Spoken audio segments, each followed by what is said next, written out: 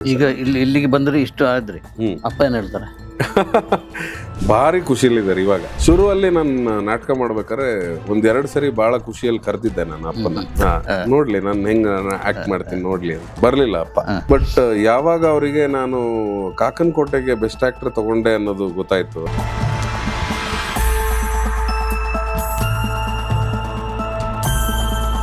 ಮುಂಚೆಯಿಂದನು ಅಂದ್ರೆ ನನ್ನ ಡಿಗ್ರಿ ಮುಗಿಸಿ ನಾನು ಒಂದ್ 2-3 ವರ್ಷ ಆದಾಗಿಂದನು ಶುರು ಮಾಡಿದ್ದೆ ಅಪ್ಪನ ಜೊತೆ. We sit together. ನಾನೊಂದ್ ಸ್ವಲ್ಪ ಮೂರನೇನಲ್ಲ, ಚಿಕ್ಕವನು, ನಮ್ ಕೊಂಗಾಟ ಸ್ವಲ್ಪ ಜಾಸ್ತಿ ಅಪ್ಪನ ಮೇಲೆ. ಸೊ ಅವ್ರ ಜೊತೆನೆ ಮಾತಾಡ್ತಾ ಇದ್ದಾಗ ಅವ್ರು ಒಂದಿನ ಹೇಳಿದ್ರಂದ್ರೆ, ಇಷ್ಟು ದಿನ ರಂಗನಾಥ್ ರಾಜು ಶೆಟ್ರು ಅಂತಿದ್ರು, ಈಗ ಪ್ರಮೋದ್ ಶೆಟ್ರ್ ತಂದೆ ರಾಜು ಶೆಟ್ರ್ ಅಂತ ಹೇಳಕ್ ಶುರು ಮಾಡಿದ್ದಾರೆ, ನಂಗೆ ಖುಷಿ ಆಗ್ತಿದೆ ಅಂತ. May be that is a small change ಅಪ್ಪನ ಇಮೋಷನ್ಸ್ ಇದಾಗಕ್ಕೆ. ರಿಷಬ್ ಶೆಟ್ಟಿ ಖ್ಯಾತಿಯ ಬಗ್ಗೆ ಅದು ಆರಾಮಾಗಿ ಬಂತ? ಏಳು ಬೀಳೆಲ್ಲ ಹೇಗಿತ್ತು ಲೈಫ್? ತುಂಬಾ ಹತ್ತಿರದಿಂದ ಬರೋರು. ನನಗೆ ಅವ್ನು ಫಸ್ಟ್ ಕಾಂತಾರ ಯಾವ್ದು ನಮ್ಮ ಚಾಪ್ಟರ್ 1 ಬರೋಕ್ಕಿಂತ ಮುಂಚೆ, ನಮ್ಮನ್ನು ನೋಡ್ಲಿಕ್ಕೆ ನೀವು ಬಂದಿದ್ದೀರಿ, ನಿಮ್ಮನ್ನು ನೋಡ್ಲಿಕ್ಕೆ ನಾವು ಬರಬಾರ್ದ? ಆ ಕಾಂತಾರ ಹಿಟ್ ಆದಾಗ್ಲೇ ನಾನು I was on tears literally. ಅವ್ನ್ ಮುಂದೆ ತೋರಿಸ್ಕೊಡ್ಲಿಲ್ಲ, ಬಟ್ ನಿಮ್ಮ ಹತ್ರ ಮಾತಾಡ್ಲಿಕ್ಕೆ ಹೇಳೋದು ನಾನು.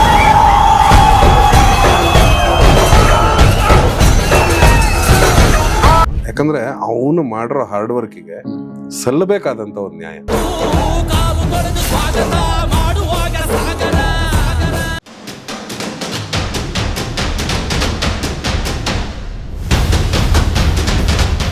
ಈಗ ಇಲ್ಲಿಗೆ ಬಂದ್ರೆ ಇಷ್ಟು ಆದ್ರಿ ಅಪ್ಪ ಏನ್ ಹೇಳ್ತಾರೆ? ಭಾರಿ ಖುಷಿಲಿದ್ದಾರೆ ಇವಾಗ. ಶುರುವಲ್ಲಿ ನಾನು ನಾಟಕ ಮಾಡ್ಬೇಕಾದ್ರೆ ಒಂದೆರಡು ಸರಿ ಬಹಳ ಖುಷಿಯಲ್ಲಿ ಕರೆದಿದ್ದೆ ನಾನು ಅಪ್ಪನ. ಬರಲ್ಲ ನೋಡ್ಲಿ ನಾನು ಹೆಂಗ ಆಕ್ಟ್ ಮಾಡ್ತೀನಿ ನೋಡ್ಲಿ ಅಂತ. ಬರ್ಲಿಲ್ಲ ಅಪ್ಪ. ಬಟ್ ಯಾವಾಗ ಅವರಿಗೆ ನಾನು ಕಾಕನ್ ಕೋಟೆಗೆ ಬೆಸ್ಟ್ ಆಕ್ಟರ್ ತಗೊಂಡೆ ಅನ್ನೋದು ಗೊತ್ತಾಯ್ತು, ಅಂದ್ರೆ ಅಕ್ಕ ಅಣ್ಣ ಎಲ್ಲ ಅದ್ರ ಬಗ್ಗೆ ಮಾತಾಡ್ತಿರ್ತಾರೆ.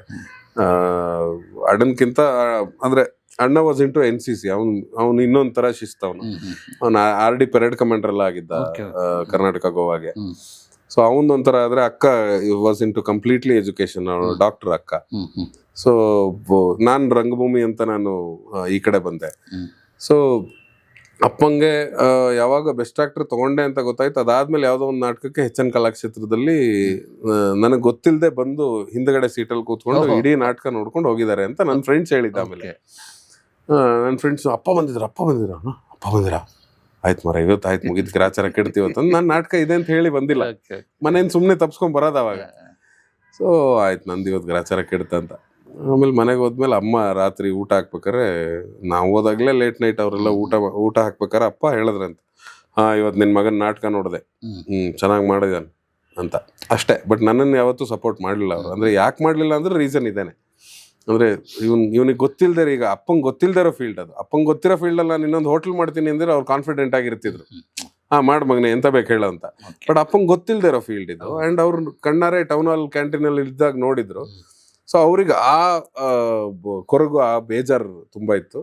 ಯಾವಾಗ ನಾನು ಸಿನಿಮಾ ಫೀಲ್ಡಿಗೆ ಬಂದೆ ಅಥವಾ ಸೀರಿಯಲ್ಗಳಲ್ಲಿ ನಡ್ಸಕ್ ಶುರು ಮಾಡಿದೆ ಶುರುವಿನಲ್ಲಿ, ಅವಾಗ ಅಪ್ಪಂಗೆ ತುಂಬಾ ಜನ ಬಂದು ಹೇಳೋದು, ಎಂತ ಅಂದ್ರೆ ನಿಮ್ಮ ಮಗ ಒಳ್ಳೆ ಮಾಡ್ತಾ ಅಂತ. ಅಲ್ಲಿಂದ ಒಂಚೂರು ಅವ್ರಿಗೆ ಕಾನ್ಫಿಡೆನ್ಸ್ ಬರಕ್ ಶುರು ಆಯ್ತು. ಸಿನಿಮಾಗೆ ಬಂದ್ಮೇಲೆ ಎಸ್ ಆಬ್ವಿಯಸ್ಲಿ ಒಂಚೂರು ಪ್ರಚಾರಕ್ಕೆ ಬಂದ ಮೇಲೆ ಅಪ್ಪಂಗೆ ಅವ್ರು ಒಂದಿನ ಹೇಳಿದ್ರು ನಂಗೆ, ಅಂದ್ರೆ ನಾನು ಅಪ್ಪ ಜೊತೆಗೆ ರಾತ್ರಿ ಕಾಲ ಕಳಿತೀವಿ ವಿತ್ ಅ ಗ್ಲಾಸ್.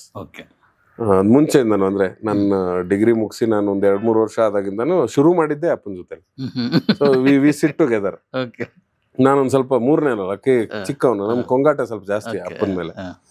ಸೊ ಅವ್ರ ಜೊತೆನೆ ಮಾತಾಡ್ತಾ ಇದ್ದಾಗ ಅವ್ರು ಒಂದಿನ ಹೇಳಿದ್ರಂದ್ರೆ, ಇಷ್ಟು ದಿನ ರಂಗನಾಥ್ ರಾಜು ಶೆಟ್ರು ಅಂತಿದ್ರು, ಈಗ ಪ್ರಮೋದ್ ಶೆಟ್ರ್ ತಂದೆ ರಾಜು ಶೆಟ್ರ್ ಅಂತ ಹೇಳಕ್ ಶುರು ಮಾಡಿದ್ದಾರೆ, ನಂಗೆ ಖುಷಿ ಆಗ್ತಿದೆ ಅಂತ. So may be that is a small change ಅಪ್ಪನ ಇಮೋಷನ್ಸ್ ಇದಾಗಕ್ಕೆ. ಇವತ್ತಿಗೆ ಭಾರಿ ಖುಷಿ. ಅವರೇ ಎಲ್ಲಾ ಕಡೆ ಹೇಳ್ಕೊಂಡು ತಿರ್ಗಾಡ್ತಾರೆ. ನನ್ ಮಗನ್ ಪಿಕ್ಚರ್ ಕಂಡ್ರೆ ನೀವು ಮೊನ್ನೆ ಒಂದು ಲಾಫಿಂಗ್ ಬುದ್ಧ ಅಂತ ಮಾಡಿದ, ನೋಡಿದ್ರ ನೀವು? ನೋಡಿ ಪುರ್ಸೊತ್ತಾದಾಗ ನೋಡಿ ಅಂತ. ಹಂಗೆ ಈಗ ಆ ಸ್ಟೇಜ್ ಅಲ್ಲಿ ಇದ್ದಾರೆ. ಅಂಡ್ ಬೀಯಿಂಗ್ ಅ ಸನ್, ಮಕ್ಕಳಾಗಿ ನಮಗೂ ಅಂದ್ರೆ ನಾವೇನು ಉದ್ದೇಶಪೂರ್ವಕವಾಗಿ ಯಾವುದೇ ಜಾಗದಲ್ಲೂ ಅವ್ರನ್ನ ಹರ್ಟ್ ಮಾಡಿರಲ್ಲ. ನಮ್ದು ಏನೋ ಒಂದು ಹಠ ಇರುತ್ತೆ ಆ ಟೈಮಲ್ಲಿ. ಈಗ ಮನೆ ಬಿಟ್ಟು ಹೋಗು ಅಂತಂದ್ರು ಪಾಪ, ಲಿಟ್ರಲಿ ಹೇಳಿದ್ರು ಮನೆ ಬಿಟ್ಟು ಹೋಗಿ ನೀನ್ ನಾಟಕ ಮಾಡಂಗಿದ್ರೆ ಅಂತ. ನಾ ಬ್ಯಾಗ್ ತಗೊಂಡು ಹೊರಟಿದ್ದೆ, ಅಮ್ಮನೇ ಅಡ್ಡ ಬಂದಿದ್ದು. ಬೇಡ ಮಗನೇ, ನೀನ್ ಏನೇ ಮಾಡಂಗಿದ್ರು ಬೆಂಗಳೂರಲ್ಲಿ ಮಾಡು, ನೀನ್ ಬೇರೆ ಯಾವ್ದೇ ಊರಿಗೆ ಹೋಗ್ಬೇಡ, ನೀ ಕಣ್ಮುಂದೆ ಏನ್ ಮಾಡಂಗಿದ್ರು ಕಣ್ಮುಂದೆ ಮಾಡು ಸಾಕು, ತೊಂದ್ರೆ ಇಲ್ಲ. ನೀನ್ ನಾಟಕ ಮಾಡ್ತೀಯಾ ಅಥವಾ ಹಾಡು ಹೇಳ್ತೀಯಾ, ಕುಣಿತೀಯಾ, ಏನೇ ಮಾಡ್ತೀಯ ನೀನ್ ಇಲ್ಲೇ ಮಾಡಿ, ನನ್ ಕಣ್ ಮುಂದೆ ಮಾಡ ಅಂತ ಹೇಳಿ ಅಮ್ಮ ತಡೆದಿದ್ದ ಅವತ್ತಿಗೆ. ಇಲ್ಲಾಂದ್ರೆ ಮನೆ ಬಿಟ್ಟು ಹೋಗ್ತಿದ್ದೆ ಅವತ್ತೇ ನಾನು. ಗೊತ್ತಿಲ್ಲ ಏನಾಗ್ತಿತ್ತು ಅಂತ. ಬಟ್ ನಮಗೂ ಅವಾಗ ನೀವ್ ಹೇಳ್ತಿರಲ್ಲ ಆ ಬಿಸಿ ರಕ್ತದ ಹಠ ನಮಗೂ ಹಂಗೆ ಇತ್ತು. ಅಂದ್ರೆ ನಾನು ಇಷ್ಟೆಲ್ಲ ರಂಗಭೂಮಿಲಿ ಮಾಡ್ತಾ ಇದ್ದೀನಿ, ಪಪ್ಪಂಗೆ ಅರ್ಥ ಆಗ್ತಾ ಇಲ್ಲಲ್ಲ ಅಂತ. ಯಾಕಂದ್ರೆ ರಂಗಭೂಮಿಲಿ ನಾನು ಎಷ್ಟೇ ಹಾರ್ಡ್ ವರ್ಕ್ ಮಾಡಿದ್ರು ಅದು ಪ್ರಚಾರಕ್ಕೆ ಬರ್ತಿರ್ಲಿಲ್ಲ. ಯಾವಾಗ ಸೀರಿಯಲ್ಗೆ ಬಂದೆ, ಯಾವಾಗ ಸಿನಿಮಾಗೆ ಬಂದೆ, ಅವಾಗ ಜನ ನೋಡ್ಲಿಕ್ಕೆ ಶುರು ಮಾಡಿದ್ರು, ಜನ ಪಪ್ಪಂಗೆ ಹೇಳಕ್ ಶುರು ಮಾಡಿದ್ರು. ಅಲ್ಲಿವರೆಗೆ ಇವನೊಬ್ಬ ಅದ್ಭುತ ನಟ ಅಂತ ಅವ್ರ ನಾಟಕ ನೋಡಕ್ ಬಂದಾಗ ಮಾತ್ರ ಅವ್ರಿಗೆ ಯಾರು ಸಿಕ್ದವ್ರು, ನಿಮ್ಮ ಮಗನ ಚೆನ್ನಾಗಿ ಮಾಡ್ತಾನೆ ಅಂತ ಹೇಳ್ತಿದ್ರು. ಬಿಟ್ರೆ ನಿಮ್ಗೆ ಹೊರಗಡೆ ಪ್ರಪಂಚಕ್ಕೆ ಯಾರಿಗೂ ಗೊತ್ತಿಲ್ಲಲ್ಲ ಏನಂತ. ಸೊ ಹಂಗಾಗಿ ಅವ್ರದ್ದು ಏನ್ ತಪ್ಪಲ್ಲ. ಈಗ ನನಗ್ ಮಕ್ಕಳಾದ್ಮೇಲೆ ನನ್ನ ಮಗಳು ಅಥವಾ ನನ್ನ ಮಗನೋ, ನನ್ನ ಮಗ ಈಗ ಫುಟ್ಬಾಲ್ಗೆ ಹೋಗ್ತೀನಿ, ನನ್ನ ಮಗಳಿಗೆ ಬಾಸ್ಕೆಟ್ಬಾಲ್ ಆಡ್ತೀನಿ ಅಂತ ಅಂದಾಗ ನಮ್ಗೆ ಆ ಫೀಲ್ಡ್ ಗೊತ್ತಿಲ್ಲ.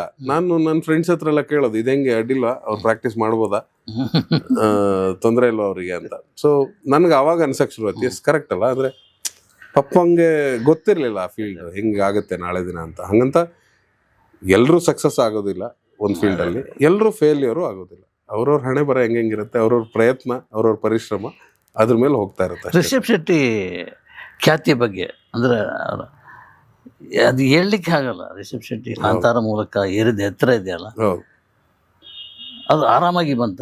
ಏಳು ಬೀಳೆಲ್ಲ ಹೇಗಿತ್ತು ಲೈಫ್? ತುಂಬಾ ಹತ್ತಿರದಿಂದ ಬರೋರು. ನನಗೆ ಅವ್ನು ಫಸ್ಟ್ ಕಾಂತಾರ ಯಾವ್ದು ನಮ್ಮ ಚಾಪ್ಟರ್ 1 ಬರೋಕ್ಕಿಂತ ಮುಂಚೆ ಆ ಕಾಂತಾರ ಹಿಟ್ ಆದಾಗ್ಲೇ ನಾನು I was on tears literally. ಅವ್ನ ಮುಂದೆ ತೋರಿಸ್ಕೊಡ್ಲಿಲ್ಲ, ಬಟ್ ನಿಮ್ಮ ಹತ್ರ ಮಾತಾಡ್ಲಿಕ್ಕೆ ಹೇಳೋದು ನಾನು. ಯಾಕಂದ್ರೆ ಅವನು ಮಾಡಿರೋ ಹಾರ್ಡ್ ವರ್ಕಿಗೆ ಸಲ್ಲಬೇಕಾದಂತ ಒಂದು ನ್ಯಾಯ. ಯಾಕಂದ್ರೆ ಅವನ ತಂದೆನೂ ಅಷ್ಟೇ, ಅವನೇನ್ ಬಡತನದಿಂದ ಬಂದಿಲ್ಲ ಸರ್, ಅವನು ಏನ್ ಬಡತನದಿಂದ ಬಂದಿಲ್ಲ. ಅವ್ರ ತಂದೆನೂ ಹಿ ವಾಸ್ ವೆಲ್ ಆಫ್. ಜ್ಯೋತಿಷ್ಯ ಹೇಳ್ತಿದ್ರು, ಬೆಂಗಳೂರಲ್ಲಿ ತುಂಬಾ ಚೆನ್ನಾಗಿದ್ರು, ಎಕರೆಗಟ್ಲೆ ಆಸ್ತಿ ಕೆರಾಡಿ ಇಲ್ಲಿ ಇದೆ. ಅವ್ನು ತೋಟ ಮಾಡ್ಕೊಂಡಿದ್ರೇನೆ ಇವತ್ತಿಗೆ ಅವ್ನ ಜೀವನ ನಡೆಸ್ಬೋದು. ಬಟ್ ಅವ್ನು ಯಾರ ಮೇಲೂ ಡಿಪೆಂಡ್ ಆಗ್ಲಿಲ್ಲ, ಯಾರ ಮೇಲೂ ಡಿಪೆಂಡ್ ಆಗ್ಲಿಲ್ಲ. ಅವ್ನು ಬೆಂಗಳೂರಿಗೆ ಬಂದು ಅವನ ಕಾಲ ಮೇಲೆ ಅವ್ನು ನಿಂತ್ಕೊಂಡು ಅವ್ನ ಕಾಲೇಜ್ ಓದ್ಕೊಂಡಿದ್ದು. ಅವ್ನ ಕಾಲೇಜಿಗೆ ಸೇರಿಸಿದ್ದಷ್ಟೇ ಬಿಟ್ರೆ ಅವ್ನ ಹಾರ್ಡ್ ವರ್ಕ್ ನಾನು ಹೇಳಿದ್ರೆ ಆ ಲಿಸ್ಟನ್ನ ನಿಮ್ಗೆ ತಲೆ ಕಟ್ಟು ಹೋಗಿ ಇವ್ನು ಸಮಯ ಎಲ್ಲಿ ಮಾಡ್ಕೊಂಡ ಇವನು ಅಂತ. ಸೊ ಲಿಟ್ರಲಿ ನಾನೇ ಕಣ್ಣಾರೆ ನೋಡಿದ್ದೀನಿ. ದಿನ ಬೆಳಗ್ಗೆ 6 ಗಂಟೆಗೆ ಅಕ್ಕನ್ನ ಕರ್ಕೊಂಡೋಗಿ ಕಾಲೇಜಿಗೋ ಆಫೀಸಿಗೋ ಡ್ರಾಪ್ ಮಾಡಿ ಇವನು ಕಾಲೇಜಿಗೆ ಬರ್ತಿದ್ದ. ಇವನು ಕಾಲೇಜಿಗೆ ಬಂದು ನಮ್ಮ ಮಧ್ಯಾಹ್ನ ಮುಗ್ದೋಗೋದು ಕಾಲೇಜ್. ಅಲ್ಲಿಂದ ಸೀದಾ ವಿಲ್ಸನ್ ಗಾರ್ಡನಿಗೆ ಹೋಗಿ ಅದೇ TVS ಸ್ಕೂಟಿಯಲ್ಲಿ ನೀರ್ ಕ್ಯಾನ್ ಈ ಕಡೆ ಒಂದು ಕ್ಯಾನ್ ಇಟ್ಕೊಂಡು Koramangala double road Wilson garden ಇದಿಷ್ಟು ನೀರು ಹಂಚಿ ಆ ಖಾಲಿ ಕ್ಯಾನ್ಗಳನ್ನೆಲ್ಲ ತಗೊಂಬಂದು ಡಂಪ್ ಮಾಡಿ ಆ ಖಾಲಿ ಕ್ಯಾನ್ಗಳನ್ನೆಲ್ಲ ಹಾಕೊಂಡು ರಾತ್ರಿ 10 ಗಂಟೆಗೆ ಸೀದಾ ವೈಟ್ ಫೀಲ್ಡಿಗೆ ಹೋಗಿ ವೈಟ್ ಫೀಲ್ಡ್ ಅಲ್ಲಿ ಅದನ್ನ ಫಿಲ್ ಮಾಡೋರು. ವ್ಯಾಪಾರ ಬಿಸ್ನೆಸ್ ಒಂದು. ಆ ಖಾಲಿ ಕ್ಯಾನ್ಗಳನ್ನೆಲ್ಲ ಫಿಲ್ ಮಾಡಿಸ್ಕೊಂಡು ರಾತ್ರಿ ಅದೇ ಗಾಡಿಲಿ ಮಲಗಿದ್ದು ಅವ್ರು ಫಿಲ್ ಮಾಡೋ ತನಕ ಕಾಯ್ಬೇಕಲ್ಲ, ಅಲ್ಲೇ ನಿದ್ದೆ ಅದೇ ಗಾಡಿಲಿ 407 207 ಗಾಡಿ ಅದೇ ಗಾಡಿಲಿ ಮಲಗಿದ್ದು ಅದಷ್ಟು ನೀರನ್ನ ತುಂಬಿಸ್ಕೊಂಡು ಬೆಳಗ್ಗೆ 5:30 ಅಷ್ಟೊತ್ತಿಗೆ ಮನೆಗೆ ರೀಚ್ ಆಗಿ ಸ್ನಾನ ಮಾಡ್ಕೊಂಡು 6 ಗಂಟೆಗೆ ಮತ್ತೆ ರುಟೀನ್ ಅಕ್ಕನ್ ಕರ್ಕೊಂಡು ಕಾಲೇಜಿಗೆ ಡ್ರಾಪ್ ಮಾಡಿ ಇವ್ನು ಬರ್ತಿದ್ದ ಕಾಲೇಜಿಗೆ. ಸೊ ಇದನ್ನ ಆಲ್ಮೋಸ್ಟ್ ನನ್ನ ಕಣ್ಣಾರೆ ನಾನು 2.5-3 ವರ್ಷ ನೋಡಿದ್ದೀನಿ ಎವ್ರಿ ಡೇ. ಇದ್ರ ಮಧ್ಯದಲ್ಲಿ ಪುರ್ಸೊತ್ ಮಾಡಿಕೊಂಡು ಇದಕ್ಕೆ ಹೋಗಿ ಯಾವುದು ಫಿಲ್ಮ್ ಇನ್ಸ್ಟಿಟ್ಯೂಷನ್ಗೆ ಹೋಗಿ ಅಲ್ಲಿ ಕಲ್ತು 2 ಅವರ್ 3 ಅವರ್ ಕ್ಲಾಸಸ್ ಅಲ್ಲಿಗೆ ಹೋಗಿ ಕಲ್ತು ಅಲ್ಲಿಂದ ಮಧ್ಯದಲ್ಲಿ ಒಂದ್ಸರಿ ನೀರ್ ಬಿಸ್ನೆಸ್ ಎಲ್ಲ ಆಗ್ತಾ ಇದೆ. ಮಗ ಹುಡುಗನ ಇಟ್ಟಿದ್ದ, ಒಬ್ಬ ಹುಡುಗನ ಯಾವಾಗ ಜಾಸ್ತಿ ಆಯ್ತು ಒಬ್ಬ ಹುಡುಗ ಊರಿನವನೇ ಬಂದ, ಅವನೊಂದು ಅರ್ಧ ಕೆಲಸ ಮುಗಿಸ್ತಿದ್ದ. ಈಗ ಒಂದು ಸ್ವಲ್ಪ ಟೈಮ್ ಇದೆ, ಅದಕ್ಕೆ ಈ ಸೋಲಾರ್ ಮಾರೋಣ ಅಂತ ಇದ್ದೀನಿ ಅಂತ. ಸೋಲಾರ್ದ ಒಂದಿಷ್ಟು ಬ್ರೌಷರ್ ಆಯ್ತಾ, ಅವನ ಜೊತೆ ನಾನು ತಿರ್ಗೋದು, ಆಯ್ತು ಸೋಲಾರ್ ಏನೋ ಮಾಡೋಣ ಬಾ. ಸೊ ಆಮೇಲೆ ಟೀ ಪುಡಿ ಮಾಡ್ತಿದ್ದ. ಈ ಒಂದು ಚೂರು ಟೈಮ್ ಇದೆ ಮಗ, ಈಗ ಈ 2 ಹುಡುಗರಿದ್ದಾರೆ ಇದು ಮಾಡ್ತಿದ್ದಾರೆ. ಅಷ್ಟೊತ್ತಿಗೆ 207 ಗಾಡಿ ತಗೊಂಡ್ಬಿಟ್ಟಿದ್ದ, 204 ಗಾಡಿ ಅವನೇ ತಗೊಂಡಿದ್ದ, ಪರ್ಚೇಸ್ ಮಾಡಿದ್ದ ಲೋನ್ ಮೇಲೆ. ಸೊ ಅದಕ್ಕೊಬ್ಬ ಡ್ರೈವರ್ ಬೇರೆ ಇದ್ದ, driver in the sense even cousin ಒಬ್ಬ ಇದ್ದ. ಅವನು ಅದನ್ನ ಡಿಸ್ಟ್ರಿಬ್ಯೂಷನ್ ಎಲ್ಲ ಮಾಡ್ತಿದ್ದ. ಸೊ ಫಿಲ್ ಮಾಡಕ್ ಇವ್ನು ರಾತ್ರಿ ಹೋಗ್ತಿದ್ದ, ಹಗ್ಲೆಲ್ಲ ಅವ್ನು ಡಿಸ್ಟ್ರಿಬ್ಯೂಷನ್ ಮಾಡ್ತಿದ್ದ, ರಾತ್ರಿ ಇವನು ಅದನ್ನ ತುಂಬಿಸ್ಕೊಂಬರಕ್ ಇವನೇ ಹೋಗೋದು ವಾಪಸ್. ಸೊ ಈ ಡೇ ಟೈಮಲ್ಲಿ ಡಿಸ್ಟ್ರಿಬ್ಯೂಷನ್ ಟೈಮ್ ಇದಿತ್ತಲ್ಲ ಅವಾಗ, ಅದೀಗ ಫ್ರೀ ಅಲ್ಲ. ಎಂತ ಮಾಡೋದು, ಈಗ ಚಾ ಪುಡಿ ಮಾರೋಣ ಅಂತ ಎಲ್ಲ ಹೋಟ್ಲಿಗೆ ಬೇಕರಿಗಳಿಗೆಲ್ಲ ಟೀ ಪುಡಿ ಮಾರೋದು, ಈ ಸೋಲಾರ್ ಮಾರೋದು, ಮಧ್ಯದಲ್ಲಿಂದ ಇನ್ಶೂರೆನ್ಸ್ ಮಾರೋದು, ಎಲ್ಲ ಮಾಡ್ಕೊಂಡು ಆ ಹಂತದಲ್ಲಿ ಸಿನಿಮಾವನ್ನ ಕಲ್ತು ಆ ಹಂತದಲ್ಲಿ ಸಿನಿಮಾ ಮಾಡ್ಬೇಕು ಅಂತ ಆಸೆ ಮಾಡಿ ಪ್ಯಾಷನೇಟ್ ಆಗಿ ಅವ್ನು ಒಂದಿನ ನನ್ಗೆ ಇನ್ನೂ ಜ್ಞಾಪಕ ಇದೆ. ನಾನು ಹೋಟೆಲ್ ಕ್ಯಾಶಲ್ಲಿ ಕೂತಿದ್ದೆ, ನನ್ನ ಪಕ್ಕದಲ್ಲಿ ಬಂದು ನಿಂತಿದ್ದ. ನಮ್ಮ ಹೋಟ್ಲಲ್ಲಿ ಕ್ಯಾಶಲ್ಲಿ ಇದ್ದೆ ಜಯನಗರದಲ್ಲಿ. ಪಕ್ಕದಲ್ಲಿ ನಿಂತ್ಕೊಂಡು ಶೆಟ್ರೆ ಡೈರೆಕ್ಷನ್ ಮಾಡ್ಬೇಕು ಶೆಟ್ರೆ ಅಂತಂದ. ನಾನು ಹೇಳಿದೆ ಅದೆಂತ ಮರೆ, ನನ್ನ ನಾಟಕದಿಂದ ಹೊರಗೆ ಬಂದಿಲ್ಲ ಇನ್ನ, ಅದೆಂತ ದೊಡ್ಡ ಕೆಲಸ ಅಲ್ಲ ಮರೆ. ನೀನ್ ಕೌತರ್ ಸರ್ ಒಟ್ಟಿಗೆ ಇನ್ನೊಂದ್ 2 ನಾಟಕ ಎಲ್ಲರೂ ಹೊರಗಡೆ ಹೋಗಿ ಅವರೆಲ್ಲ ಡೈರೆಕ್ಟ್ ಮಾಡ್ಬೇಕಾದ್ರೆ ಜೊತೆಲಿದ್ರೆ ಅಸ್ಟೆಂಟ್ ಆಗಿ ಆರಾಮಾಗಿ ಒಂದು ಹೊಸ ನಾಟಕ ಡೈರೆಕ್ಟ್ ಮಾಡ್ಬೋದು ನೀವು. ಶೆಟ್ರೆ ನಾಟಕ ಅಲ್ಲ ಶೆಟ್ರೆ, ನಾನು ಸಿನಿಮಾ ಡೈರೆಕ್ಟ್ ಮಾಡ್ಬೇಕು. ನಿಂಗೇನ್ ತಲೆ ಕೆಟ್ಟಿದೆ ಮರೆ, ಅದೊಂದು ದೊಡ್ಡ ಸಮುದ್ರ, ಎಲ್ಲ ತಿಮ್ಮಿಂಗಿಲಗಳು ಇರೋದಲ್ಲಿ, ನಮ್ಗೆಲ್ಲ ಪಿಕ್ಚರ್ ಗಿಚ್ಚರ್ ಎಲ್ಲ ಡೈರೆಕ್ಟ್ ಮಾಡಕ್ ಆಗತ್ತನ, ಹೆಂಗಿ ಅಟ್ಲೀಸ್ಟ್ ಕನ್ಸ್ ಕಾಣಕ್ಕಾರ ಒಂಚೂರು ಲಿಮಿಟ್ ಇರ್ಲಿ ಮರೆ ಅಂತಂದೆ.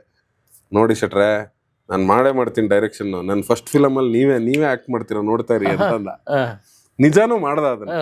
ಇನ್ಫ್ಯಾಕ್ಟ್ ರಿಕ್ಕಿ ಫಿಲಮ್ ಅವ್ನ ಫಸ್ಟ್ ಫಿಲಮ್ ಅಲ್ಲಿ ನಾನೇ ನೆಗೆಟಿವ್ ಲೀಡ್ ಮಾಡಿದ್ದು.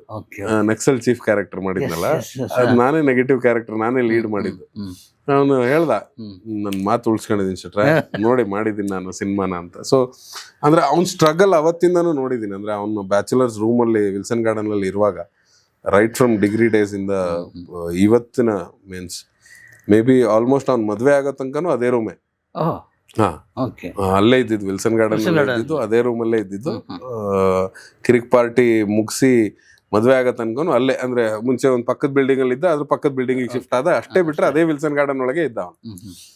ಸೊ ಅಲ್ಲಿ ನಮ್ದು ರೆಗ್ಯುಲರ್ ಅಡ್ಡ ತರ ಅದ್ ನಮ್ಗೆ. ಅಂದ್ರೆ ಸಾಯಂಕಾಲ ನಾನು ಹೋಟ್ಲ್ ಮುಗಿಸಿ ಕೆಲಸ ಮುಗಿಸಿ ನಾನು ಸೀದಾ ಅಲ್ಲಿಗೆ ಹೋಗೋದು, ನನ್ನ ನಾಟಕದ ರಿಹರ್ಸಲ್ ಇಲ್ಲ ಅಂದ್ರೆ ಮುಗಿಸ್ಕೊಂಡು ಅಲ್ಲಿಗೆ ಹೋಗೋದು. ಸೊ ಆ ಥರನೇ ಸಿಗ್ತಾ ಇದ್ದಿದ್ದು ನಾವು. ಅವನಿಗಿದ್ದಂಥ ಸಿನಿಮಾ ಪ್ಯಾಷನ್, ಅವನಿಗಿದ್ದಂಥ, ಆಮೇಲೆ ಒಂದು ಕತೆನ ನೀವು 50 ಸರಿ ರೀರೈಟ್ ಮಾಡೋ ಅಂದ್ರೆ ಅವ್ನು ರೆಡಿ ಇದ್ದಾನೆ. ಅಂದ್ರೆ ಅವನಿಗೆ ಅದನ್ನ 3ನೇ ಸರಿ ಓದಿದಾಗ ಅವನಿಗೆ ಅದು ತಪ್ಪು ಅನ್ಸಿದ್ರೆ, ಈಗ ನಾನೊಂದು ಸ್ಕ್ರಿಪ್ಟ್ ಬರೀತೀನಿ, ನಾನು ಬರೆದ ಮೇಲೆ ಅದು ಚಂದ ಅಂತ ನನ್ಗೆ ಅನ್ಸುತ್ತೆ. ನಾನೇ 2ನೇ ಸರಿ ಓದಿದಾಗ ಇಲ್ಲೇನೋ ತಪ್ಪಿದೆ ಅನ್ಸಿದ್ರೆ ಮತ್ತೆ ತಿತ್ತಾನೆ, ಮತ್ತೆ ಇನ್ನೊಂದ್ಸರಿ ಓದಿದಾಗ ಅವನಿಗೆ ಮತ್ತೆ ತಪ್ಪಿದೆ ಅನ್ಸಿದ್ರೆ ಮತ್ತೆ ತಿತ್ತಾನೆ. ಆಮೇಲೆ ಎಲ್ಲಾರ್ದು ರಿಸೀವ್ ಮಾಡ್ತಾನೆ. ಈಗ ನಿಮ್ ಮುಂದೆ ಸ್ಕ್ರಿಪ್ಟ್ ಓದಿದಾಗ ನೀವೇನೋ ಒಂದು ಡೌಟ್ ಕೇಳ್ತೀರ, ಆ ಡೌಟ್ ಅನ್ನ ಅವನಿಗೆ ಕ್ಲಿಯರ್ ಮಾಡಕ್ ಆದ್ರೆ ಹಿ ಇಸ್ ರೈಟ್. ಅವನಿಗೆ ಆ ಡೌಟ್ ನ ಕ್ಲಿಯರ್ ಮಾಡಕ್ ಆಗ್ಲಿಲ್ಲ ಅಂದ್ರೆ ಅದನ್ನ ಮಾರ್ಕ್ ಮಾಡ್ಕೋತಾನೆ, ಇದು ತಪ್ಪು, ಇದನ್ನ ರೆಡಿ ಮಾಡ್ಬೇಕು ನಾನಂತ.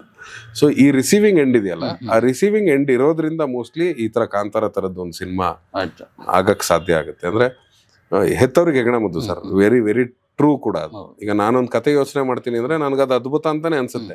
ಹಂಗಂತ ಆ ಕತೆ ನಿಮ್ಗೆ ಅದ್ಭುತ ಅನ್ಸ್ಬೇಕು ಅಂತೇನಿಲ್ಲ. ನೀವ್ ಯಾವಾಗ ಅದನ್ನ ಅದ್ಭುತ ಅಲ್ಲ ಅಂತೀರಾ, ಅದನ್ನ ಅದ್ಭುತ ಮಾಡಕ್ ಕೂತ್ಕೋತಾನ. ಓಕೆ, ನನ್ನ ಕತೆನ ಅದ್ಭುತ ಮಾಡ್ತೀನಿ, ನಾನು ಇದನ್ನ ಹೆಂಗ್ ಬರಿಬೇಕಂತ ಗೊತ್ತಿದೆ ನಂಗೆ, ಮತ್ತೆ ರೀರೈಟ್ ಮಾಡಕ್ ಶುರು ಮಾಡ್ತಾನೆ.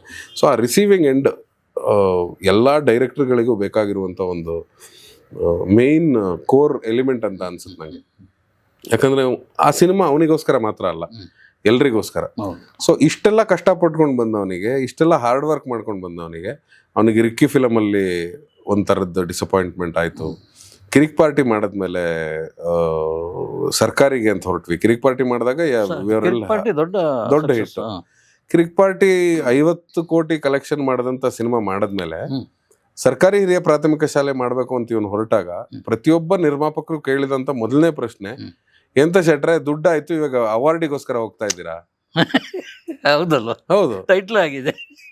ನೀವು ಅವಾರ್ಡಿಗೋಸ್ಕರ ಯಾವ್ದೋ ಆರ್ಟ್ ಫಿಲಮ್ ಮಾಡ್ತಾ ಇದ್ದೀರಾ? ನಮ್ಮ ಹತ್ರ ಆ ಹೀರೋ ಡೇಟ್ ಇದೆ, ಈ ಹೀರೋ ಡೇಟ್ ಇದೆ, ಬನ್ನಿ ಡೈರೆಕ್ಟ್ ಮಾಡಿ, ನಿಮ್ಗೆ ಇಷ್ಟು ಕಾಸು ಕೊಡ್ತೀವಿ, ಅಷ್ಟು ಕಾಸು ಕೊಡ್ತೀವಿ ಅಂತ. ಬಟ್ ಇವನು ಹಿ ವಾಸ್ ವೆರಿ ಸ್ಟಬನ್ ಆ ತರದ ವಿಚಾರಗಳಲ್ಲಿ. ಇವನಿಗೆ ಒಂದ್ಸರಿ ತಲೆಯಲ್ಲಿ ಕೂರ್ತು ಅಂದ್ರೆ ನಾನು ಈ ಪಿಕ್ಚರ್ ಮಾಡಿ ಹತ್ತಿರೋದು, ಅದಾದ್ಮೇಲೆ ಏನ್ ಬೇಕಾರಾಗ್ಲಿ. ಒಬ್ರು ಸಿಗ್ಲಿಲ್ಲ, ಒಬ್ಬನೇ ಒಬ್ಬ ಇನ್ವೆಸ್ಟರ್ ಸಿಗ್ಲಿಲ್ಲ ಗಾಂಧಿನಗರದ. ಎಲ್ರು ಹೇಳಿದಿಷ್ಟೇ, ಇದು ಯಾವ್ದ್ರಿ ಮಕ್ಕಳು ಪಿಕ್ಚರ್ ಎಲ್ಲ ಓಡಲ್ಲ, ಇದೆಲ್ಲ ಅವಾರ್ಡ್ಗೆ ಸರಿ ಅಷ್ಟೇ, ಇದೆಲ್ಲ ಓಡಲ್ಲ. ನಾನು ಅವನೇ ಓಡಾಡಿದ್ದು ತುಂಬಾ. ನಾವು ಲಿಟ್ರಲಿ ಬಾಯಿ ಬಿಟ್ಟು ಹೇಳಿದಾನೆ ರಿಷಬ್ ಎಲ್ಲ ಕಡೆ, ಇಲ್ಲ ಸರ್ ಇದು ಕಮರ್ಷಿಯಲ್ ಸಿನಿಮಾ, ಇದು ತುಂಬಾ ಚೆನ್ನಾಗಾಗತ್ತೆ, ಇದು ಕಮರ್ಷಿಯಲ್ ಸಿನಿಮಾ, ಇದು ಜನರಿಗೋಸ್ಕರನೇ ಮಾಡ್ತಿರೋದು, ಥಿಯೇಟರ್ ಸಿಂಗಲ್ ಸ್ಕ್ರೀನ್ ಅಲ್ಲಿ ತುಂಬಾ ಚೆನ್ನಾಗಿ ಓಡತ್ತಿದ್ದು, ನೀನ್ ನಂಬಿ ಯೋಚನೆ ಮಾಡಿ. ಸುಮ್ನೆ ರೀ ಶೆಟ್ರೆ, ಯಾವ್ದೋ ಮಕ್ಕಳ ಪಿಕ್ಚರ್ ಇಟ್ಕೊಂಡ್ ಬಂದಿದ್ದು, ಇದೆಲ್ಲ ವರ್ಕ್ ಆಗಲ್ಲ ಬಿಡಿ ಶೆಟ್ರೆ, ಹಿಂಗೆ ಅಂದ್ರು ಎಲ್ಲಾರು.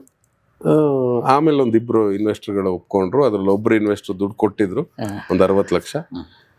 ಇನ್ನೊಬ್ರು ಇನ್ವೆಸ್ಟರ್ ಸಿಗ್ತಾರೆ, ಬರ್ತು, ಅದೇ ಲಡ್ಡು ಬಂದು ಬಾಯಿಗೆ ಬಿತ್ತು ಅಂತ ಅನ್ಕೊಂಡು ಕಾಯ್ತಿದ್ವಿ ನಾವು.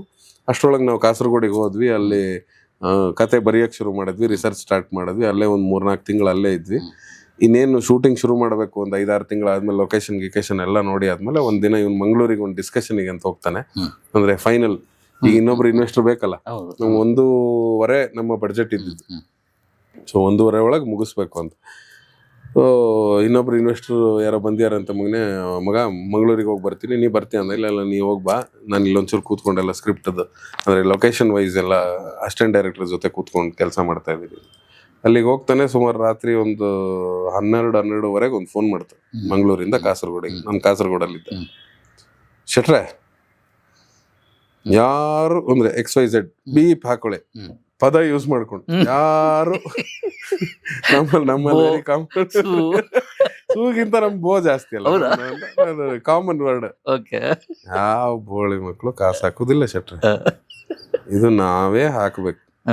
ಈಗ ನಾವು ಎಂತ ಮಾಡೋ ಅಂದ್ರೆ ಶೆಟ್ರೆ, ನಮ್ಗೆ ಪ್ರೀ ಪ್ರೊಡಕ್ಷನ್ ಆಲ್ರೆಡಿ 5 ಲಕ್ಷ ಖರ್ಚಾಗಿತ್ತು. ಈ 60ರಲ್ಲಿ 55 ಉಳಿದಿತ್ತು. ಎಷ್ಟು ಉಳಿದಿದೆ ಶೆಟ್ರೆ? ಒಂದು 55 ಲಕ್ಷ ಇರ್ಬೇಕು.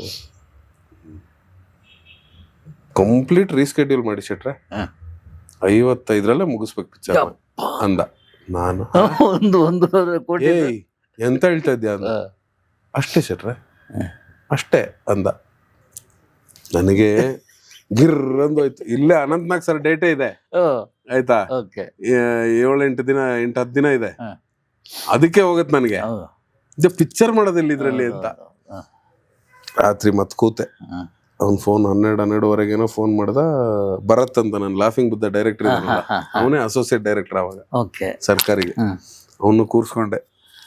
ಮತ್ತೆ ಫಸ್ಟ್ ಸೀನಿಂದ ಎಲ್ಲೆಲ್ಲಿ ಏನೇನು ಉಳಿಸ್ಬೋದು, ಎಲ್ಲೆಲ್ಲಿ ಏನೇನು ಕಡಿಮೆ ಮಾಡ್ಬೋದು, ಏನೇನು ಲೈಟಿಂಗ್ ಇಂದ ಹಿಡಿದು ಲೊಕೇಶನ್ ಇಂದ ಹಿಡಿದು ಯಾರ್ಯಾರ್ದು ಏನೇನು ಉಳಿಸ್ಬೋದು, ಓಡಾಟದ ಖರ್ಚು ಏನು ಉಳಿಸ್ಬೋದು, ಊಟ ಎಷ್ಟು ಜನಕ್ಕೆ ಉಳಿಸ್ಬೋದು, ಅಲ್ಲಿಂದ ಎಲ್ಲ ಲೆಕ್ಕಾಚಾರ ಶುರು ಮಾಡೋದು. ಈಗ ಪ್ರೊಡಕ್ಷನ್ನೇ ಕರಿಯೋದು ಬೇಡ, ನಾವೇ ಒಂದು ಅಡಿಗೆ ಮಾಡೋಣ, ದಿನ ನಾನೇ ಬಿಡಿಸ್ತೀನಿ, ನೀನ್ ಇದನ್ನ ಮಾಡಿ, ನಾನು ಇದನ್ನ ಮಾಡ್ತೀನಿ, ಎಲ್ಲಾ ಪ್ಲಾನ್ ಮಾಡಿ ಹಿಂಗೆ ಒದ್ದಾಡಿ ತಗೊಂಡ್ಬಂದ್ರು 80 ಲಕ್ಷಕ್ಕೆ ಬಂದು ಕೂತ್ಕೊಂತ. ಬಂದ ಇವನು 2:30-3 ಗಂಟೆಗೇನೋ ಬಂದ ಮಂಗಳೂರಿಂದ. ಒಂದು ಮನೆ ಮಾಡಿದ್ವಿ ಕಾಸರಗೋಡಲ್ಲಿ, ಬಾಡಿಗೆ ಮನೆ. ಯಾಕಂದ್ರೆ ಹೋಟೆಲ್ ರೂಮಿಗೆಲ್ಲ ಅಫೋರ್ಡ್ ಮಾಡೋದು ದುಡ್ಡಿಲ್ಲ ಅವಾಗ. ಒಂದು ಬಾಡಿಗೆ ಮನೆಯಲ್ಲೇ ನಾವು ಒಂದು 15 ಜನ ಇದ್ವಿ ಒಂದೇ ಮನೇಲಿ. ಬಂದ ಇವನು, ಟೆರೆಸಲ್ಲಿ ಕೂತಿದ್ದೆ ನಾನು.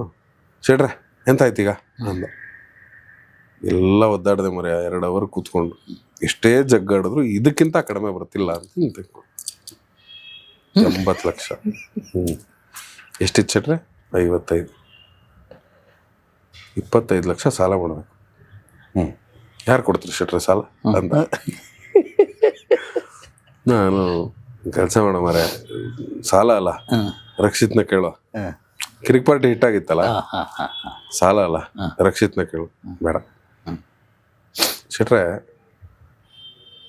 ನಮ್ಗೆ ರಕ್ಷಿತ್ ಆಗ್ತಾರೆ ಅಂತ ನಮ್ಗೆ ಎನಿ ಟೈಮ್ ಗೊತ್ತು. ಅದು ನಮ್ ಲಾಸ್ಟ್ ಸೋರ್ಸ್ ತರ ಇಟ್ಕೊಳ್ಳೋಣ. ಕುತ್ತಿಗೆಗೆ ಬಂದಾಗ ಅವನ ಹತ್ರ ಹೋಗೋಣ, ಅಲ್ಲಿವರೆಗೆ ಅವನ ಹತ್ರ ಹೋಗೋದು ಬೇಡ. ನಮ್ಮ ಹತ್ರ ಇನ್ನೂ ಜನ ಇದಾರೆ ಶೆಟ್ರೆ, ನಾವು ಪ್ರಯತ್ನ ಮಾಡೋಣ ಅಂದ. ಸರಿ ಅಂತ ಈಗ ಅಂದೆ. ಇನ್ನು 2 ದಿನ ಬಿಟ್ರೆ ಶೂಟಿಂಗ್ ಸ್ಟಾರ್ಟ್. 2 ದಿನ ಶೆಟ್ರ್ ದರ್ಬಾರ್ ಅಂದ್ರೆ ಇದೆ. ಎಂತ ಈಗ ಎಂತ ಧೈರ್ಯ ಮಾಡೋ ಶೆಟ್ರೆ, ಧೈರ್ಯ ಮಾಡೋ, ನಡೀನಿ, ಆಗಿದ್ದಾಗತ್ತೆ. ಸಾಲ ತಾನೆ, ಎಲ್ಲ ಒಂದು ತರೋಣ, ಆಮೇಲೆ ಯಾರ್ದೋ ಒಂದು ಕೈ ಕಾಲು ಹಿಡ್ದು ಏನೋ ಮಾಡೋಣ. ಸರಿ ಆಯ್ತು ನಡಿ. ಹೋದ್ವಿ, ಶೂಟಿಂಗ್ ಶುರು ಮಾಡಿದ್ವಿ. ಶೂಟಿಂಗ್ ಶುರು ಮಾಡಿ 4ನೇ ದಿನಕ್ಕೆ ಒಬ್ರು ಶೂಟಿಂಗ್ ನೋಡಕ್ಕೆ ಅಂತ ಬರ್ತಾರೆ. ಆಯ್ತಾ, ಶೂಟಿಂಗ್ ನೋಡಕ್ಕೆ ಅಂತ ಮಂಗಳೂರು ಗ್ಯಾಂಗ್, ನಮ್ಮ ಆರ್ಟಿಸ್ಟ್ಗಳದೇ ಫ್ರೆಂಡ್ ಒಬ್ರು ಶೂಟಿಂಗ್ ನೋಡಕ್ಕೆ ಅಂತ ಬರ್ತಾರೆ. ಯಾರು? ಇದೇ ರವಿ ರೈ. ಈಗ ಲೈಟರ್ ಬುದ್ಧ ಜೊತೆ ಇದಾರಲ್ಲ, ರವಿ ರೈ ಅಂತೇಳಿ ಆ ಮನುಷ್ಯ. ಹಂಗೆ ಬರ್ತಾರೆ ಸುಮ್ಮನೆ. ಬಂದವರು ಹಿಂಗೆಲ್ಲ ಶೂಟಿಂಗ್ ನೋಡಿ, ಇವ್ರು ಪ್ರೊಡ್ಯೂಸ್ ಮಾಡ್ಬೋದು, ಕೇಳಿ ನೋಡಿ, ನಿಮ್ಗೆ ಬೇಕಾಗಿರೋ ಅಮೌಂಟ್ ಹಾಕ್ಬೋದು ಅಂತ ಯಾರೋ ಅಂದರು ರಿಷಬಿಗೆ. ಬಂದ ನನ್ನ ಹತ್ರ, ಶೆಟ್ರೆ ಒಂದು ಅರ್ಧ ಗಂಟೆ ಅವ್ರ ಹತ್ರ ಮಾತಾಡ್ತೆ, ಏನಾರು ವರ್ಕ್ ಆಗ್ಬೋದ ನೋಡ್ಲಾ ಅಂದ. ಆಯ್ತು ನೋಡ. ಅಲ್ಲೋಗಿ ಅವ್ರಿಗೆ ಮಾತಾಡಿದಾಗ ಹಿ ವಾಸ್ ಲೈಕ್ ಕನ್ವಿನ್ಸ್ಡ್. ಇಲ್ಲ ನಾನು ಅದಕ್ಕೆ ಬಂದದ್ದು, ಎಷ್ಟಾಗ್ಬೋದು, ಏನಾಗ್ಬೋದು, ಸಾಯಂಕಾಲ ಸಿಗುವ, ನೀವು ಶೂಟಿಂಗ್ ಮುಗಿಸಿ ಸಾಯಂಕಾಲ ಸಿಗುವ ಅಂತ ಹೇಳಿ ಸಾಯಂಕಾಲ ಮಾತಾಡಿ ವಿತಿನ್ 4-5 ಡೇಸ್ ಅವರು ಅಡ್ವಾನ್ಸ್ ಹಾಕಕ್ಕೆ ಶುರು ಮಾಡ್ಬಿಟ್ಟು ಹಾಕಿ. ಆಮೇಲೆ ನಮ್ಮ ಪ್ಲಾನ್ 120 ಅಂದ್ರೆ ಇವ್ರು 60 ಹಾಕಿದ್ರು, ಅವ್ರು ಇನ್ನೊಂದು 60-70 ಹಾಕ್ತೀನಿ ಅಂತ ಒಪ್ಕೊಂಡ್ರು. ಸಾಕಾಗಿತ್ತು ನಮ್ಗೆ. ಆಯ್ತು 80ರಲ್ಲಿ ಮುಗಿಸ್ಬೇಕು ಅನ್ಕೊಂಡ್ರೆ 120 ಲಾವಿಶ್ ನಮ್ಗೆ, ಕಾಸ್ಟ್ಲಿ ಬಜೆಟ್. ಕಾಸ್ಟ್ಲಿ. ಇಡೀ ಸಿನಿಮಾ 120ಕ್ಕೆ 1:20ಕ್ಕೆ ಮುಗೀತು. 1:20ಕ್ಕೆ ಇಡೀ ಸಿನಿಮಾ ಮುಗೀತು. ಪ್ರಮೋಷನ್ಸಿಗೆ ದುಡ್ಡಿಲ್ಲ. ಸೊ ಈಗ ಮತ್ತೆ ಹೋರಾಟ ಸ್ಟಾರ್ಟ್. ಸಿನಿಮಾ ಮುಗಿಸಿದೀವಿ, ಹಾಡೆಲ್ಲ ತಗೊಂಬಂದ್ವಿ, ಜಯಣ್ಣಗೆಲ್ಲ ತೋರ್ಸಿದ್ವಿ. ಜಯಣ್ಣ ಎಲ್ಲ ಹಾಡೆಲ್ಲ ನೋಡಿ ಚೆನ್ನಾಗಿದೆ ಅಪ್ಪಾಜಿ, ಚೆನ್ನಾಗಿದೆ, ಮಕ್ಳ ಪಿಕ್ಚರ್ ಚೆನ್ನಾಗಿದೆ ಅಂತಂದ್ರು. ಅವ್ರಿಗೆ ಗೊತ್ತಲ್ಲ, ಅಪ್ಪಾಜಿ ಚೆನ್ನಾಗಿದೆ, ಅಪ್ಪಾಜಿ ಚೆನ್ನಾಗಿದೆ, ಮಕ್ಳ ಪಿಕ್ಚರ್ ಅಪ್ಪಾಜಿ, ಬಟ್ ಚೆನ್ನಾಗಿದೆ, ಚೆನ್ನಾಗಿ ಮಾಡಿದಿರ ನೀವು, ಶೂಟಿಂಗ್ ಎಲ್ಲ ಸೂಪರ್ ಮಾಡಿದಿರಾ ಅಂತಂದ್ರು. ಆ ದಡ್ಡ ಸಾಂಗ್ ಮಾತ್ರ ತೋರಿಸಿದ್ದು ಅವ್ರಿಗೆ. ಅವ್ರು ಬಿಸಿ ಇದ್ರು ಬೇರೆ ಯಾವ್ದೋ ಮೀಟಿಂಗ್ ಅಲ್ಲಿ, ಮಧ್ಯದಲ್ಲಿ ತಗೊಂಡೋಗಿ ತೋರಿಸಿದ್ವಿ. ಚೆನ್ನಾಗಿದೆ ಅಪ್ಪಾಜಿ ಅಂತ. ಸರಿ, ಪ್ರಮೋಷನ್ಸಿಗೆ ದುಡ್ಡಿಲ್ಲ. ಸರಿ, ಎಂತ ಮಾಡೋದು ಗೊತ್ತಾಗ್ತಿಲ್ಲ. ಅಷ್ಟೊತ್ತಿಗೆ ಒಂದು ರಕ್ಷಿದ್ದು ಪ್ಯಾರಲಲ್ಲಿ ಪರಂಬ ಸ್ಟುಡಿಯೋಸ್ ಇಂದ ಸಿನಿಮಾ ಅನೌನ್ಸ್ ಆಗ್ಬಿಟ್ಟಿತ್ತು. ಸೊ ಅವನದು ಇನ್ವೆಸ್ಟ್ಮೆಂಟ್ ಎಲ್ಲ ಅಲ್ಲಿಗೆ ಶಿಫ್ಟ್ ಆಗ್ಬಿಟ್ಟಿತ್ತು.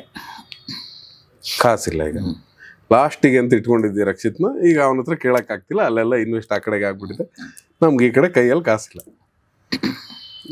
ಒಬ್ರು ಯಾರೋ ಬಂದರು, ಇದೇ ಮಂಗಳೂರಿನವ್ರು ಒಬ್ರು ಬಂದು, ಇಡೀ ಸಿನಿಮಾನ ಪರ್ಚೇಸ್ ಮಾಡ್ತೀವಿ, ಬಾಂಬೆಗೆ ಒಂದು ಮೀಟಿಂಗ್ ಹೋಗ್ಬೇಕು.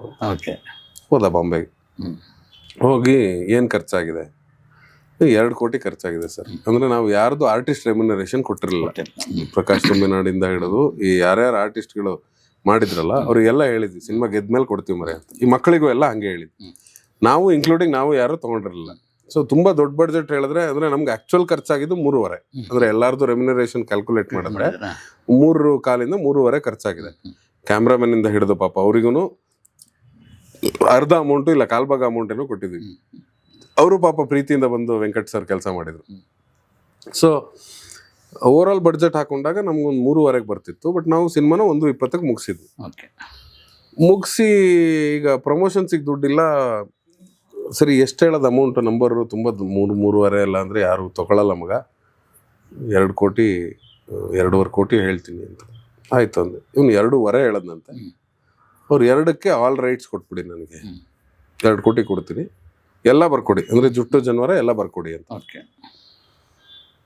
ಆಯಿತು, ಓಕೆ, 1 ನಿಮಿಷ ಒಂದು ಫೋನ್ ಮಾಡಿ ಬರ್ತೀನಿ ಅಂತ ಹೇಳ್ಬಿಟ್ಟು ಸೈಡಿಗೆ ಬಂದು ನಂಗೆ ಫೋನ್ ಮಾಡ್ದ. 2 ಕೋಟಿ ಕೇಳ್ತಿದಾರೆ ಮಗ, ಎಲ್ಲ ರೈಟ್ಸು, ಅಂದರೆ ಡಬ್ಬಿಂಗು, ರೀಮೇಕು, ಥಿಯೇಟ್ರಿಕಲ್ಲು, ಆಡಿಯೋ ವಿಡಿಯೋ ಎಲ್ಲ ಸೇರಿ 2 ಕೋಟಿ ಕೊಡುತ್ತೆ. ಎಂತ ಮಾಡಲಿ ಅಂದ. ನನಗೇನೋ ಬೇಡ ಅನ್ನಿಸ್ತಾ ಇದೆ ಅಂದ. ಶೆಟ್ರೆ ಅಂತ. ಹೌದಾ, ನಂಗೇನೋ ಸ್ಟ್ರಾಂಗ್ಲಿ ಅನ್ನಿಸ್ತಾ ಇದೆ, ಬೇಡ ಅಂತ. ಕಷ್ಟ ಆಗಲಿ, ಇನ್ನೊಂಚೂರು ಸಾಲ ಮಾಡುವ, ನಾವೇ ರಿಲೀಸ್ ಮಾಡುವ ಬಾ ಅಂದ. ತಮಾಷೆ ಮಾಡ್ತಿದ್ರ್ಯಾ ಅಂದ. ಇಲ್ಲ, ತಮಾಷೆ ಮಾಡ್ತಾ ಇಲ್ಲ, ಬಟ್ ಆ ಸಿನಿಮಾಗೆ ಏನೋ ಪೊಟೆನ್ಷಿಯಲ್ ಇದೆ, 2 ಕೋಟಿಗಿಂತ ಮೇಲ್ ಪೊಟೆನ್ಷಿಯಲ್ ಇದೆ. ಯಾಕಂದ್ರೆ 2 ಕೋಟಿ ಬಂದ್ರೆ ನಮಗೆ ಈಗ ಇನ್ವೆಸ್ಟರ್ಗೆ ವಾಪಸ್ ಕೊಡೋದಾ, ಲಾಭ ಸೇರಿಸಿ ಅವನಿಗೆ ವಾಪಸ್ ಕೊಡ್ಬೇಕಾ? ಈಗ 60 ಕೊಟ್ಟವನಿಗೆ 70 ಆದ್ರೂ ಕೊಡ್ಬೇಕಾ? ಮತ್ತೆಂತ ಅಲ್ಲ ಅಂದ್ರು. ಸೊ ಅವನಿಗೆ 70 ಕೊಟ್ರೆ ನಿಮ್ಗೆ ಅಲ್ಲೇ ಮುಗೀತು. ಇನ್ನು 60ರಲ್ಲಿ ನೀನು ಇಷ್ಟು ಜನರ ಪೇಮೆಂಟ್ ಹೆಂಗೆ ಮಾಡ್ತೀಯ? ಆಗಲ್ಲ. ಸೊ ಅಲ್ಲ ಶೆಟ್ರೆ, ಕಡಿಕೆ ಅಪೋಸಿಟ್ ಯೋಚನೆ ಮಾಡಿ ಒಂದ್ಸರಿ ಅಂತಂದ. ಅಂದ್ರೆ ಏನು ಸಿಗದೆ ಹೋದ್ರೆ ಈಗ ಇಷ್ಟಾದ್ರೂ ಸಿಗ್ತಿದೆ, ಒಂದ್ಸರಿ ಯೋಚನೆ ಮಾಡಿ. ಓ, ನನಗೆ ಹುಳ ಬಿಟ್ನಲ್ಲ ಅಂತ ಅನಿಸ್ತು. ಸರ್, ನಿಂಗೇನು ಅನ್ಸುತ್ತೆ ಅಂದೆ. ನನಗೂ ಯಾಕೋ ಸಿನಿಮಾ ಕೊಡೋದು ಬೇಡ ಅಂತ ಅನ್ನಿಸ್ತಾ ಇದೆ ಶೆಟ್ರೆ, ಬಟ್ ಹೆದರಿಕೆ ಆಗ್ತಿದೆ ಅಂದ. ಏನಿಲ್ಲಪ್ಪ, ಧೈರ್ಯ ಮಾಡೋಣಪ್ಪ ಅಂದೆ. ಹೌದಾ, ವಾಪಸ್ ಬರಲ್ಲ ಅಂದೆ. ವಾಪಸ್ ಬಾ ಕಾಂಬ ಅಂದೆ. ನಾನು ಅಲ್ಲಿ ಸರ್ ಹೇಳ್ತೀನಿ, ನಾನು ಇನ್ವೆಸ್ಟರ್ಗಳ ಹತ್ರ ವಿಚಾರಿಸಿ ನಿಮ್ಗೆ ಹೇಳ್ತೀನಿ, ಫೈನಲ್ ಮಾಡ್ತೀನಿ ಅಂತ ಹೇಳಿ ಹೊರಟು ಬಂದ್ರ ಮೇಲೆ ಸಾಲ ಹುಡ್ಕಕ್ಕೆ ಶುರು ಮಾಡಿದ್ವಿ. ಇನ್ಯಾರು ಗತಿಲ್ಲ, ನಮ್ಮ ಅಪ್ಪನೇ ಗತಿ ಲಾಸ್ಟಿಗೆ. ಸೀದಾ ಹೋದೆ. ಅಷ್ಟು ವರ್ಷ ನನ್ನ ರಂಗಭೂಮಿಯಿಂದ ಹಿಡಿದು ನನ್ನ ಸಿನಿಮಾ ಇಂಡಸ್ಟ್ರಿಯ ಅಷ್ಟೂ ವರ್ಷದಲ್ಲಿ ನಾನು ಯಾವತ್ತೂ ಅಪ್ಪನ ಹತ್ರ ಕಾಸು ಕೇಳಲಿಲ್ಲ. ಫಸ್ಟ್ ಟೈಮ್ ಹೋಗಿ ಅಪ್ಪನ ಹತ್ರ, ಎಂತದ ಪಾಪ ಒಂದು 50 ಲಕ್ಷ ಬೇಕು ಎಂತ? ಅವ್ರಿಗೆ ಫುಲ್ ಶಾಕ್. ಅಂದ್ರೆ 500 ರೂಪಾಯಿ 1000 ರೂಪಾಯಿ ಕೇಳ್ದಂಗೆ 50 ಲಕ್ಷ ಕೇಳ್ತಿದಾರಲ್ಲ ಒಂದೇ ಸರಿ ಅಂತ. ಎಂತ? 50 ಲಕ್ಷ ಬೇಕು. ನನ್ನ ಹತ್ರ ಎಲ್ಲಿತ್ತ? ಅಲ್ಲ, ನಿಂಗೆಂತ ಕಷ್ಟ? ಸರ್ಕಾರಿ ಪಿಕ್ಚರ್ ಪ್ರಮೋಷನ್ ಸಿಗ್ಬೇಕಿತ್ತು, ನಿಮ್ಮ ಹತ್ರ ಇಲ್ಲ ದುಡ್ಡು? ಕಿರಿಕ್ ಪಾರ್ಟಿ ಎಲ್ಲ ಹಿಟ್ ಆಗಿದೆ ಮರ, ದುಡ್ಡು ಎಂತ ಮಾಡಿದೆ? ಅಂದ್ರೆ ಪಪ್ಪಂಗ ಆಗ್ಲೇ ಕಿರಿಕ್ ಪಾರ್ಟಿ ಹಿಟ್ ಆಗಿದ್ ಪೂರ್ತಿ ದುಡ್ಡು ನನ್ನ ಹತ್ರನೇ ಇದೆ ಅಂತ.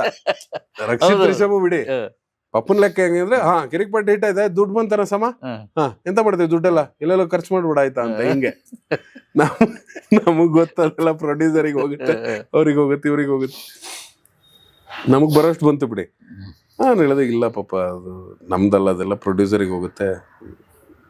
ನನ್ನ ಹತ್ರ ಎಲ್ಲ 50 ಲಕ್ಷ ಎಲ್ಲ ಮರೆ ಆಗಲ್ಲ ಈಗೆಲ್ಲ ನೀನು ಅದನ್ನ 2 ದಿನ ಬಿಟ್ಟು ಮತ್ತೆ ಫೋನ್ ಮಾಡೋದು 2 ದಿನ ಬಿಟ್ಟು ಮತ್ತೆ ಫೋನ್ ಮಾಡೋದು ಅಪ್ಪಂಗೆ ಒಂಥರ ಇರಿಟೇಟ್ ಆಯ್ತು. ಅವ್ರಿಗೂ ಗೊತ್ತಾಯ್ತು ಅಂದ್ರೆ ಇವ್ನು ಇಷ್ಟು ಸರಿ ಯಾವತ್ತೂ ಫೋನ್ ಮಾಡಲ್ಲ, ನಾನು ಕೇಳಲಿಲ್ವಲ್ಲ ಇವತ್ತವರೆಗೂ ಇಷ್ಟು ವರ್ಷ, ಏನೋ ಇದೆ ಹಂಗಾರೆ ಸೀರಿಯಸ್ ಇಶ್ಯೂ ಇದೆ ಅಂತ. ಆಮೇಲೆ ಒಂದಿನ ಕರೆದ್ರು, ಅವ್ರ ಫ್ರೆಂಡ್ ಒಬ್ರು ಇದ್ದಾರೆ, ಅವ್ರ ಹೋಟ್ಲಿಗೆ ಕರೆದ್ರು. ಅವ್ರ ಹೋಟ್ಲಿಗೆ ಕರೆದು ಕೊಡಿ ಮರ್ರೆ ಇವ್ನಿಗೆ ಕಾಸು ಅಂತಂದ್ರು. ಅವರು 25 ಲಕ್ಷ ತೆಕ್ಕೊಟ್ರು. 25 ಲಕ್ಷ ಕೊಟ್ಟು ಇದಕ್ಕೆ ಜಾಮೀನ್ ರಾಜು ಶೆಟ್ರೆ ಮತ್ ಬೇರೆ ಅಂತ ಇಲ್ಲ ಅಂತಂದ್ರು ಪಪ್ಪ. ಅದಕ್ಕೆ ಅವ್ರು ಅಡಿಲ್ಲ ಶೆಟ್ರೆ ನೀವ್ ಇದ್ರ ಮೇಲೆ ನಮ್ಗೆ ಇನ್ನೆಂತ ಜಾಮೀನ್ ಗಿಮೀನ್ ಅಂತ ಬೇಕಾಗಿಲ್ಲ ಅಂತಂದ್ರು.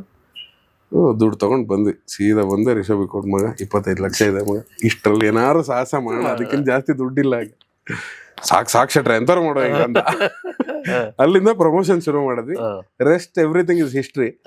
ಅಂದ್ರೆ ನಾವ್ ಅನ್ಕೊಂಡಿರ್ಲಿಲ್ಲ ಆ ಮಟ್ಟಕ್ಕೆ ಆ ಸಿನಿಮಾ ರೀಚ್ ಆಗತ್ತೆ, ಆ ಮಟ್ಟಕ್ಕೆ ಹೆಸರಾಗತ್ತೆ, ಆ ಮಟ್ಟಿನ ದುಡ್ಡಾಗತ್ತೆ, ಎಲ್ಲವೂ ಕೂಡ ಕೊಡ್ತು ಆ ದೇವ್ರು. ಅಲ್ಲಿಂದ ಸರ್ಕಾರಿ ಹಿರಿಯ ಪ್ರಾಥಮಿಕ ಶಾಲೆ ಸೂಪರ್ ಡೂಪರ್ ಹಿಟ್. ಇವತ್ತು ಭುಜಂಗ